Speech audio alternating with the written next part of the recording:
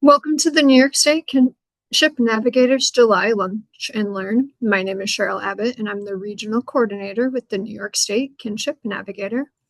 Our Lunch and Learns occur once a month, usually on the third Thursday. Today we're joined by Marcie with the Play It Forward Fund. This session will be recorded. During the session, everyone is on mute. If you have any questions, please drop them in the chat and we'll answer them as we go. Everyone registered will receive a copy of the PowerPoint and the link to today's webinar. The webinar will also be posted on our Kinship Navigator YouTube channel. For those of you joining us today who are not familiar with the New York State Kinship Navigator, we offer information, referrals, and education for kinship caregivers, prospective kinship caregivers, and professionals all across New York. You can connect with us through our warm line, 877-454-6463. We are open Monday through Friday, 10 a.m. to 4 p.m. You can access information and resources through our website, nysnavigator.org. Our website has over 70 cited fact sheets and various resources. We offer an online chat that's also open Monday through Friday, 10 a.m. to 4 p.m. And of course, you can find our email on our website. Just as a final note, August 20th is our next Lunch and Learn. The presenter is yet to be determined. And now I'm going to turn it over to Marcie. Great. Thank you so much. Are you able to hear me okay? I can hear you all right. Okay, great. All right. Well, thank you for being here. My name is Marcie Prinzi. I'm going to share about our Play It Forward Fund, which is an initiative of our nonprofit, the Western New York Children's Advocacy Network. I'll give you a little background about our journey. So my husband, Brad, and I, about a year ago, we incorporated in July of 2025, founded the Western New York Children's Advocacy Network. We are foster parents. We've been foster parents through Hillside since 2019. And we just found ourselves in a place where we wanted to do more to support the system as a whole, to support the children and families who we were working with through our role as foster parents, and primarily in the area of supporting children and families impacted by abuse and neglect in the areas of coordinating services. So we launched the Western New York Children's Advocacy Network about a year ago, and the Play It Forward Fund is one of our initiatives. Just to note a couple other initiatives that we have at our organization is called our Caring Closet. The Caring Closet is a space within our Child Advocacy Center where children and families can receive free needed items such as hygiene supplies, clothing, backpacks, items for school supplies, things of that nature. And then, so that's our Caring Closet, and that is located inside the Child Advocacy Center of Livingston County, which we just did our ribbon cutting for on Friday. So those are our three primary initiatives. But today I'm going to be talking about our Play It Forward Fund. So the Play It Forward Fund is an initiative of our nonprofit, and we designed this to ensure that children in foster care and in kinship placements throughout Western New York have the same normative opportunities as their peers to participate in activities that just make childhood meaningful and establish routine, get them connected with excellent mentors and friends. So we provide scholarships that cover the cost of sports, music, art, and any other extracurricular programs. We're going to talk about more specific examples in a later slide, but essentially any extracurricular that allows kids to be kids, that gives them opportunities to explore activities, programs that really are fulfilling, that are enriching, and just give them the opportunities to be kids. So many of the children within our network have been impacted by abuse and by trauma, and they really need the opportunity to explore things that are fun, that are meaningful, that, allow them to build their passion. And so the Play It Forward Fund seeks to reduce the financial barriers that might exist for some of those children, whether they're in foster care or in a kinship placement, to discover those passions, allowing them to develop confidence and experience the joy of being a kid. So what that comes with is we have funding that allows it's actually pretty broad in terms of what we can cover. So we do some grassroots funding, and that funding is less restricted. We also have some local funding really targeted to certain areas. So for example, we have some sports funding that can help to cover any sports materials or fees. But we try to diversify the funding that supports this program, which allows us to broaden our reach. So we can do registration or participation fees. We can buy equipment. We can buy uniforms. We can buy supplies for whatever the activity might be. We could do instrument rentals to allow a child to explore their music passions. We could buy art materials and supplies. And then any other related costs that allow children to fully participate and explore their passions in a meaningful way. Once these are submitted to us, we do review them. So there are times that we have to explore, whether or not the cost that's being requested truly does allow the child to access the activity. But overall, most of the requests that are submitted to us get approved because we have such a broad definition of what qualifies as building these normative experiences and opportunities for these children. So over the last year, we've really worked to develop this program, and we've done so in a way that, we as a family are very involved in sports. And so the Play It Forward Fund to us, just because what our children have been part of most is, sporting activities.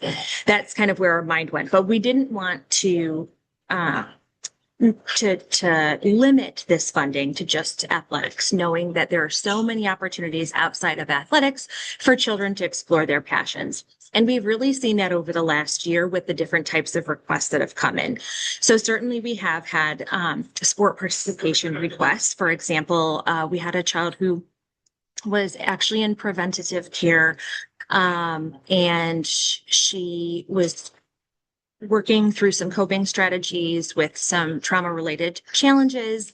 And when self-harm came to the table, and that was something that she was really struggling with, the social worker who was working with her said, what can help you? What are some strategies? And she said, sports. Like, I love playing sports, particularly softball, but I don't have cleats. I don't, this is a middle school student.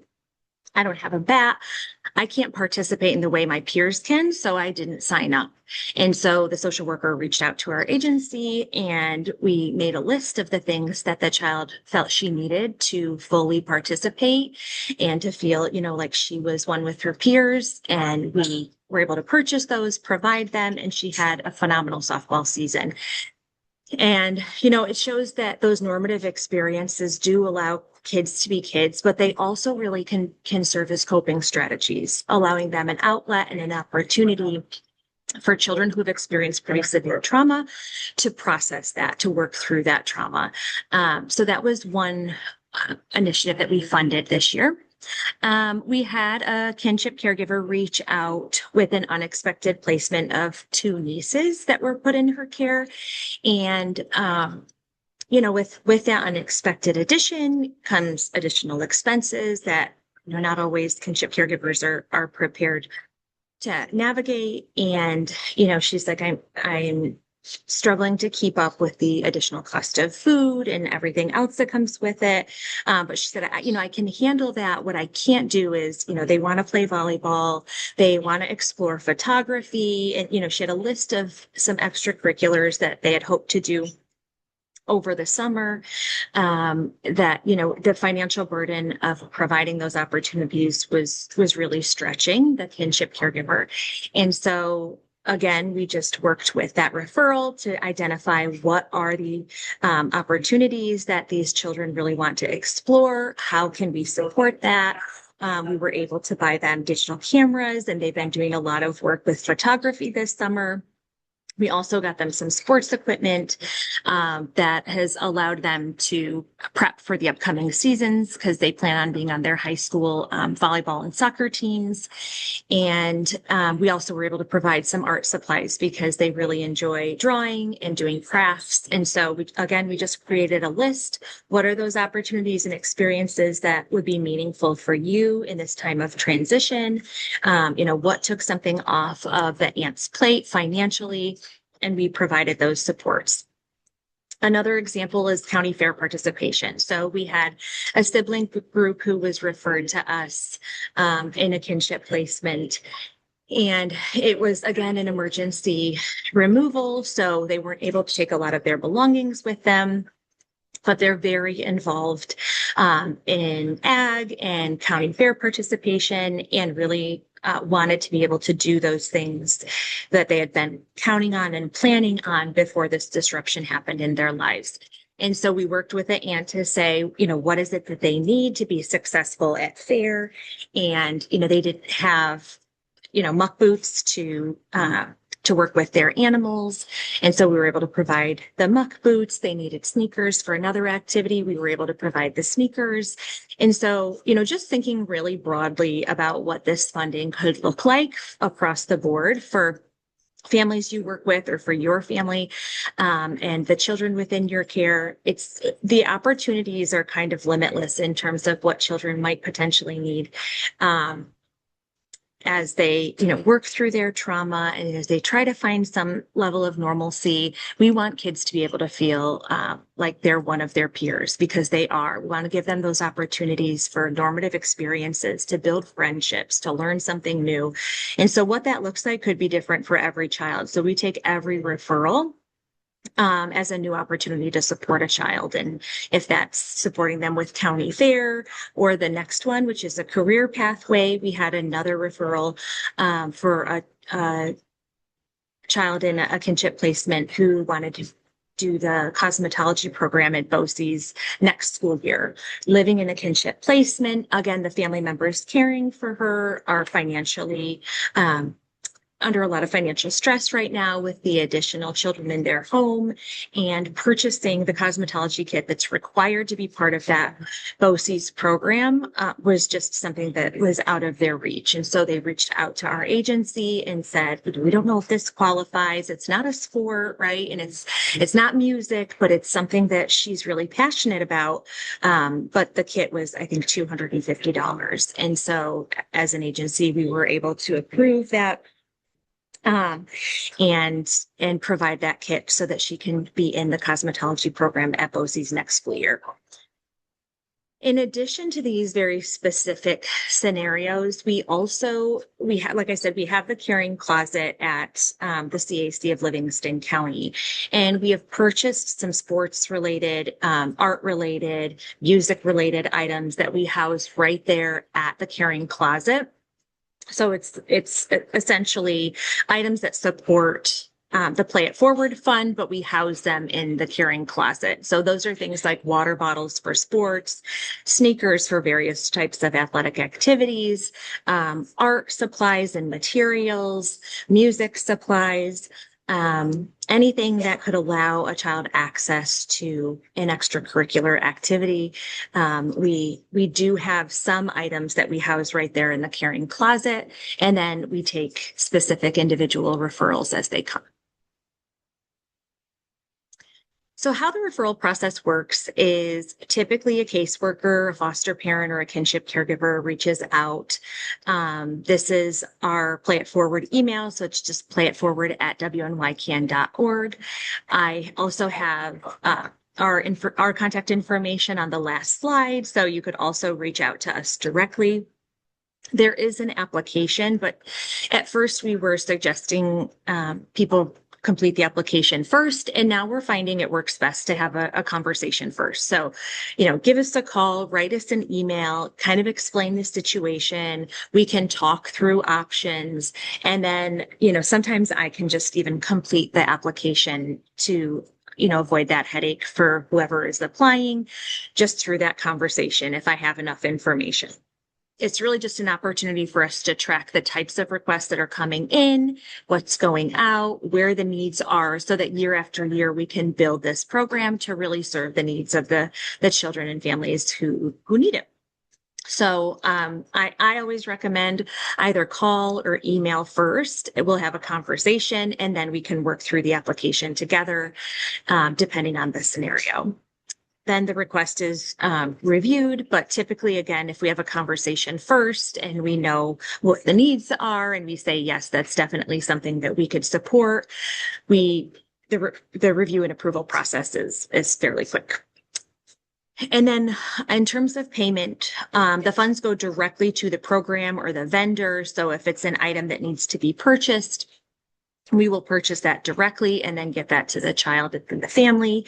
If it is a program, so for example, we had a summer program that we paid the fees for a grandmother whose two children in her care wanted to participate in a boys and girls club summer program, sports, arts, music. I think it was all actually incorporated into that program. And so we paid the Boys and Girls Club directly for that summer program. So we will work directly with whatever the program or vendor is to make sure the fees are paid. And then we can purchase directly any materials, supplies, equipment that are needed for the child to fully participate. And why this matters to us, I mean, we've been working with children in our home, like I said, as foster parents since 2019, but our experiences before that have allowed us to work with these children and families for a pretty extended period of time. And we have seen the benefit of those positive extracurricular activities in the lives of children, particularly those impacted by abuse and neglect. They provide a protective factor for children who have faced adversity. They allow them to feel like kids. They allow them to build friendships. They expand their network of mentors. They give them an opportunity to feel successful. It builds their self-esteem. And that is we've seen firsthand how important that is for children, particularly children impacted by abuse and neglect. And we really hope that by removing the financial barrier, we are providing a turning point for these children and a chance to connect with their peers, discover their passions, and just be kids. And so they can, explore those passions. They will get opportunities to feel like a kid. And, we hope that could be potentially life-changing for some of these children. And we've already heard testimony from several of the children who we've been able to support through this program just in the last year, the impact that it's had.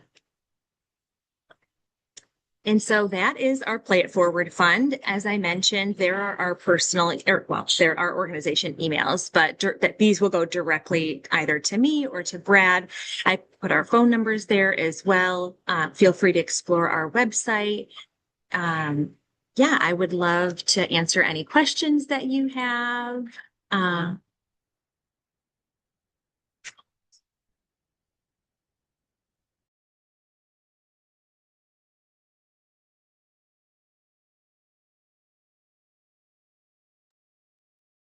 Feel free to drop in the chat any questions about the program if you have them.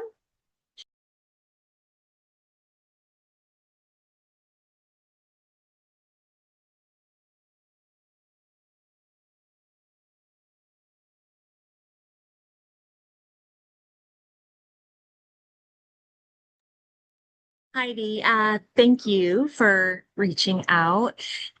Yeah, so our organization is it's located in Livingston County. My husband and I both grew up in Wyoming County, and our heart is in Western New York. It is where we've lived the majority of our lives, and so we don't really serve children and families out just because funding is limited, and that is kind of our area of service outside of Western New York. But we do also realize that in some of these scenarios, there's some transiency. So we might have a child who started in Livingston County, but then was moved out of county, maybe to central New York or downstate to live with a family member. We've had those scenarios where we just talk through the individual scenarios, and sometimes we can approve things outside of Western New York, especially if there's a connection to Western New York. But in terms of our organization, we primarily serve the 10 counties located in Western New York.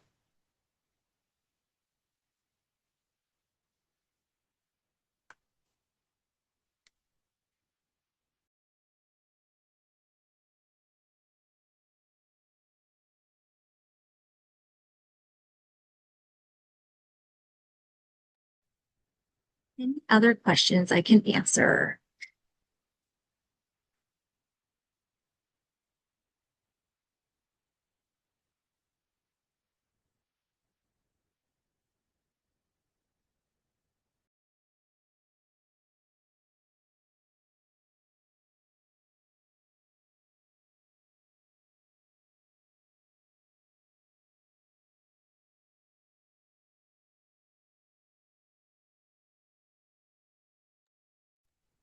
I actually do have a question. Yeah, go right ahead.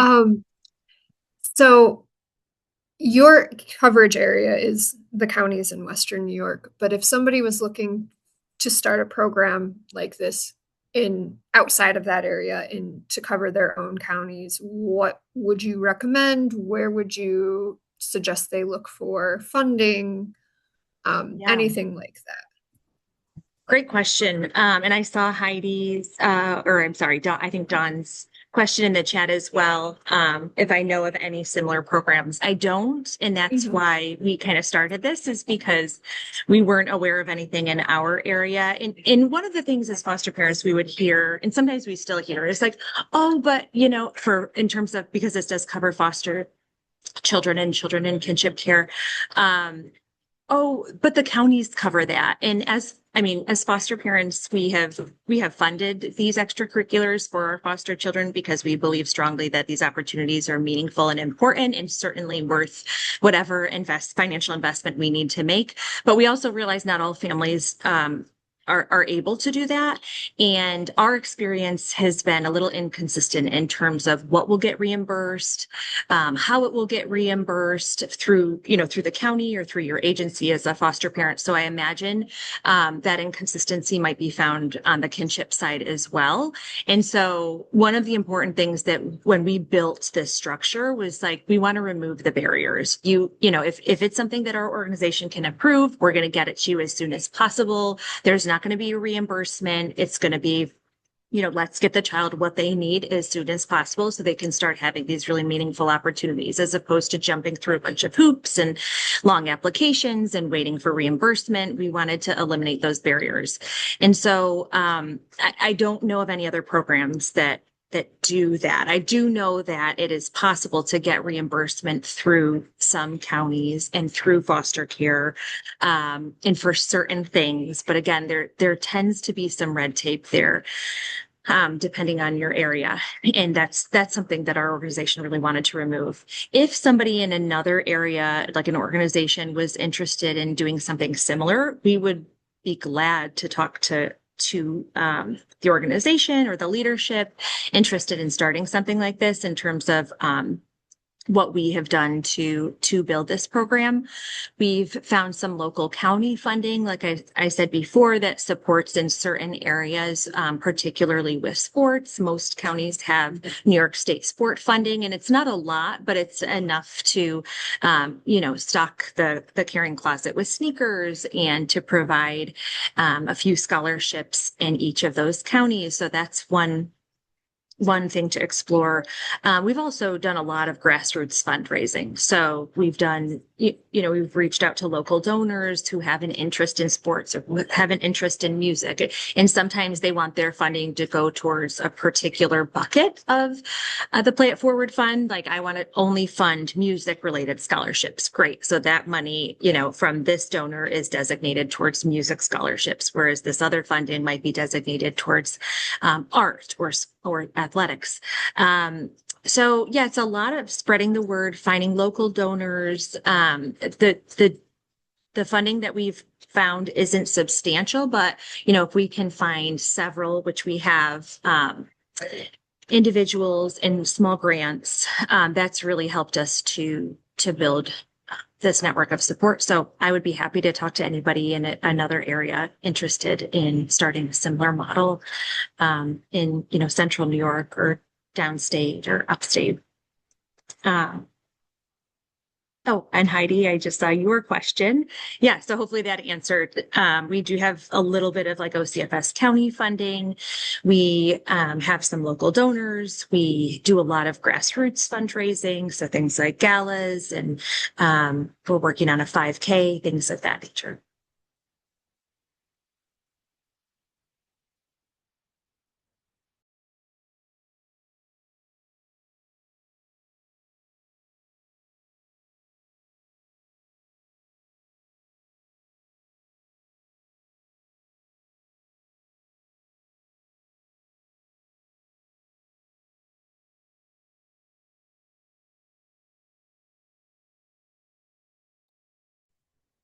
And if you do think of a question, you know, after we end today, please reach out. You know, this is something we obviously feel very passionately about. We think it's so important for these children to have these opportunities. And again, the goal is just to remove the barriers, to give them the opportunity, to give them the access to feel like kids, to have normative experience, to have normative experiences, to feel like one of their peers, because sometimes, you know, when you're going through challenging situations, these children, we've seen them feel alienated, you know, not having those opportunities, not being able to build those relationships, not being able to feel that success. So whatever we could do to support, we would love to do. So please don't hesitate to reach out.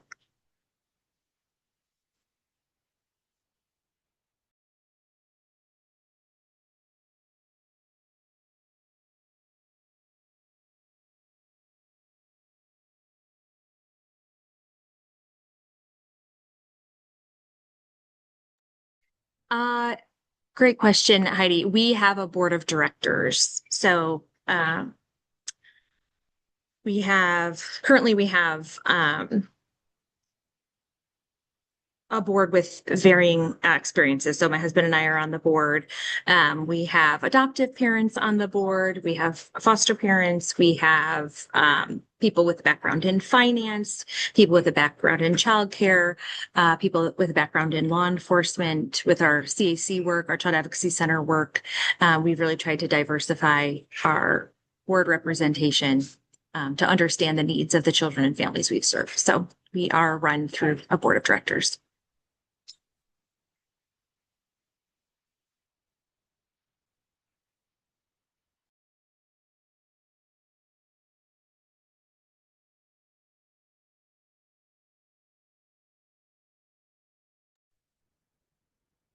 Yes, we're very grateful for our board and what they bring to the table and the ideas they bring and the experience they bring. It really helps us to shape these initiatives into something that's meaningful and hopefully really represents the needs of the children and family we serve.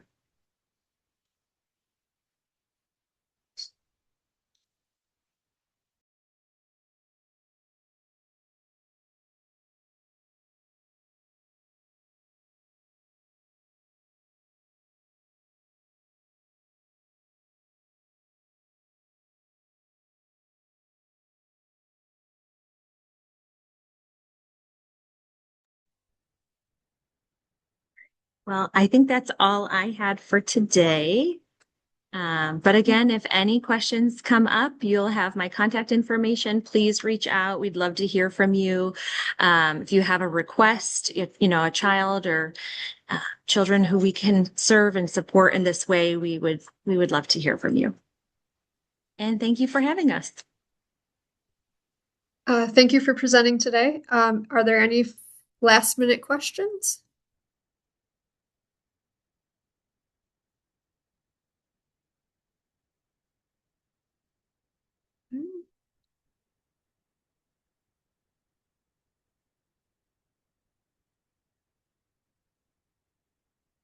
All right. So that kind of wraps up our presentation today. Thank you for everybody who joined. If there aren't any other questions? Nothing else you want to add, Marcie? No, I think that's it. But if there are Okay. questions, please reach out, explore the website, to learn more. And we look forward to supporting children and families in this way. Thank you so much. All right, so it's 12:30 on the dot, so we're going to wrap up today. All right. Thank you so much. Thank you.